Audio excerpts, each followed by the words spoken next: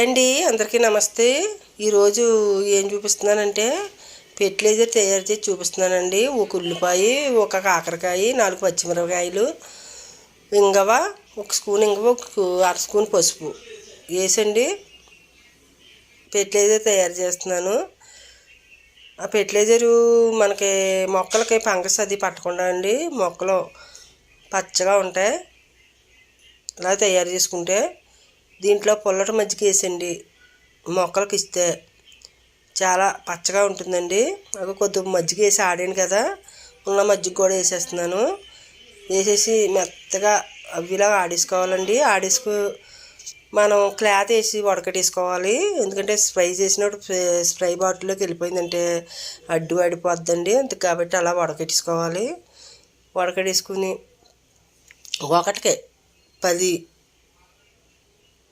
లీటర్లు అండి. 1 లీటర్కి 10 లీటర్లు. అది అర లీటర్ డబ్బా అండి. 5 లీటర్లు కలుపుకుంటే సరిపోతుంది వాటరు. మళ్ళీ ఉడకబెట్టానండి నేను, స్ప్రే బాటిల్ ఏమైనా ఉంటే అడ్డిపోతాయని.